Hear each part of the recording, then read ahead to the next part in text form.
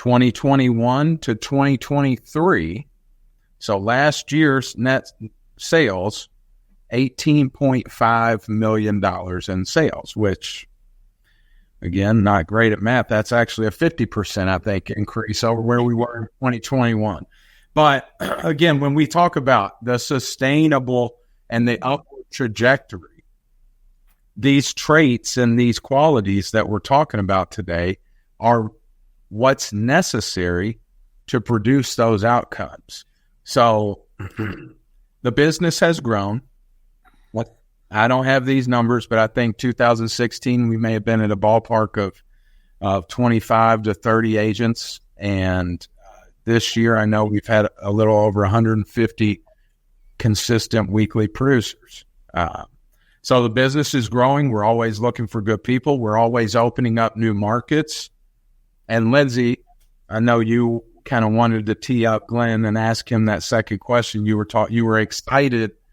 Well, right. Excited. And, with those numbers, because there's folks that are listening on this call right now that maybe you're with the right company, or maybe you're not, or maybe you're thinking, why am I out here? Why am I doing sales? Right. And so a question, one of the questions I wanted to ask Glenn is, what qualities have you repeatedly witnessed from some of the most successful either agents or sales individuals? What are repeated qualities that you see within them? Wow, I love that question, Lindsay, and it's a very simple one for me to ask. The people that win in our business, or any business, any entrepreneur, it can be any type of successful entrepreneur in whatever business he's in, they don't play the blame game. Okay? They don't look at and place blame or say it's something else's fault. Okay? There were so many people that originally we brought into the business were, they were like, oh my gosh, the leads are terrible, or those people are mean, or whatever the case may be. And they didn't last in our business. Those people played the blame game. It's the people that see the opportunity around all the imperfect people or the imperfect processes or in anything that's imperfect. They see the process is going to win out with repetition and grit. Those are the people that win. The people that actually show up. Let's put that out there. I know that sounds a little funny.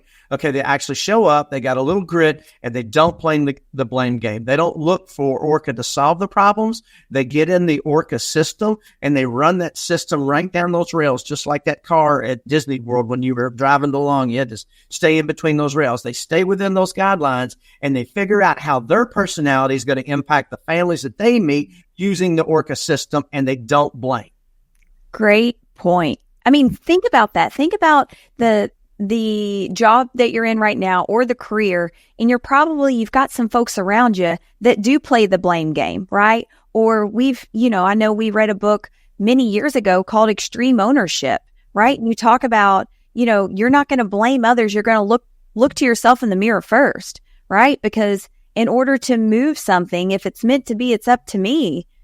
You got to look at yourself, right? I can't blame this person or that person. Sure, it might have had something to do with it, but you're not going to get anywhere by blaming, like Glenn said. So, and Lindsay, that word self opens up just a great transition into self-developing. Okay, there was a time, Lindsay, when I had to look in the mirror and I had to fire myself. All right, and let me explain what I mean. Our company had grown, we grew and grew, and then at one point I was in that, I'm good enough mindset, complacency. Okay, as soon as you hit that I'm good enough mindset, that complacency, everything around you starts going down and down and down because you get complacent. You get that mindset. You can never be complacent. You always need to act like you're still poor. There's no hidden secret here. Glenn wasn't born with a silver spoon in his mouth. Lindsey and David Curry weren't born with a silver spoon with their mouth. We were folks from heavens. My wife and our first home was a trailer, Rogan's Trailer Park in Bardstown, Kentucky. Okay, we didn't come from money, but we had drive, we had ingenuity, and we didn't play the blame game. And I learned to become self-aware and self-development. And I need to thank you two for that. You all really helped me in that spot to where I did terminate myself, and then I hired myself back, but I had a different mindset. You had to become a better self for you. I love that. Fire yourself. if you're complacent. I love that. That's good. That is really good.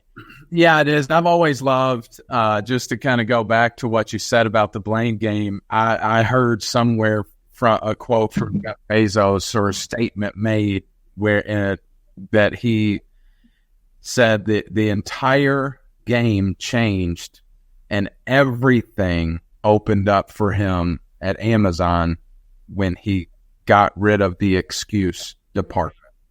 And, we see it always so much because as entrepreneurs, like the blame's going somewhere, right? Like if the business isn't going well, it's not because GE or Young Brands or so-and-so made a bad decision and I was told to do something that now resulted in this. No, we're making the decisions. We're making the calls every day. So for the person that can't become okay with owning the outcome, entrepreneurship is not the space for them to be in. And I look at that's okay. That's actually okay. Oh, 100%. And 100%. And I love self-development opened up my world. I mean, it changed my life. That I have this business to thank for that. And I don't know if I don't want to speak for Lindsay, but I know I was not interested, no idea what the potential or what the reason to even pick up a book or think about growing myself was as a golf professional, at least mentally, which is hard for me to think about because golf is all mental. So right. It's kind of sad to say, but until we got in this business, and this business has opened up the world, I think, for owning a bigger and better world. If we don't become bigger, we always say if you don't have it, you can't give it.